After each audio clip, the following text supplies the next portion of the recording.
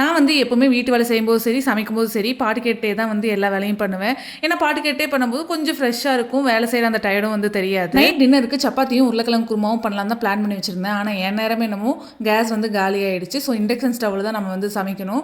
So ஏதாவது சிம்பிளா பண்ணிடலாம்னு சொல்லிட்டு தான் பீட்ரூட் ரைஸ் பண்ணலான்னு பிளான் பண்ணேன். இண்டக்ஷன் ஸ்டவ்ல சமைக்கிறதுக்கு எங்கிட்ட 2, 3 பாத்திரம் தான் இருக்கு. ரொம்ப அதிகமான பாத்திரமெல்லாம் இல்ல. எப்படி இருந்தாலும் கேஸ் வரக்கு 1 ஆர் 2 டேஸ் ஆயிரும். ஏன்னா நாளைக்கு வந்து சண்டே, எப்படி இருந்தாலும் மண்டே தான் வந்து கேஸ் டெலிவரி பண்ணுவாங்க. ஸோ மண்டே வரைக்கும் நம்ம இருக்கிற பாத்திரத்தை வச்சு தான் மேனேஜ் பண்ணி குக் பண்ணி ஆகணும். வேற வழியும் கிடையாது. கமெண்ட்ல ஒருத்தங்க இந்த ஆயில் டிஸ்பென்சர் வந்து நல்லா ஒர்க் ஆகுதா, உங்களுக்கு யூஸ்ஃபுல்லா இருக்கான்னு கேட்டிருந்தாங்க. இந்த ஆயில் டிஸ்பென்சர் நல்லாவே ஒர்க் ஆகுதுங்க. ரொம்பவே யூஸ்ஃபுல்லா தான் இருக்கு. நான் இப்போ கொஞ்ச நாளா யூஸ் பண்ணிட்டு இருக்கேன். எந்த பிரச்சனையும் இல்லை. நல்லாவே வந்து யூஸ் ஆகுது. இப்போ வந்து பீட்ரூட் ரைஸ் எப்படி பண்றதுன்னு பார்த்தரலாம். இதுக்கு ஃபர்ஸ்ட் ஒரு பேன்ல ஆயில் ஊத்திட்டு கொஞ்சமா வந்து கடுகு, கடலப்பருப்பு, நடக்கலை இதெல்லாமே போட்டு நல்லா வறுத்து எடுத்துட்டு அடுத்து வரமிளகா, கருவேப்பிலை, பெரிய வெங்காயம், பூண்டு இதெல்லாமே போட்டு நல்லா வணக்கிட்டு பீட்ரூட்டையும் போட்டு கூடவே கொஞ்சம் சாம்பார் தூள் இதெல்லாமே போட்டு பீட்ரூட் வேகிற வரைக்கும் நல்லா வணக்கிட்டு கொஞ்சமா சாதம் போட்டு கிளறி எடுத்தீங்கன்னா போதும். சூப்பரான பீட்ரூட் சாப்பாடு வந்து ரெடி ஆயிரும்.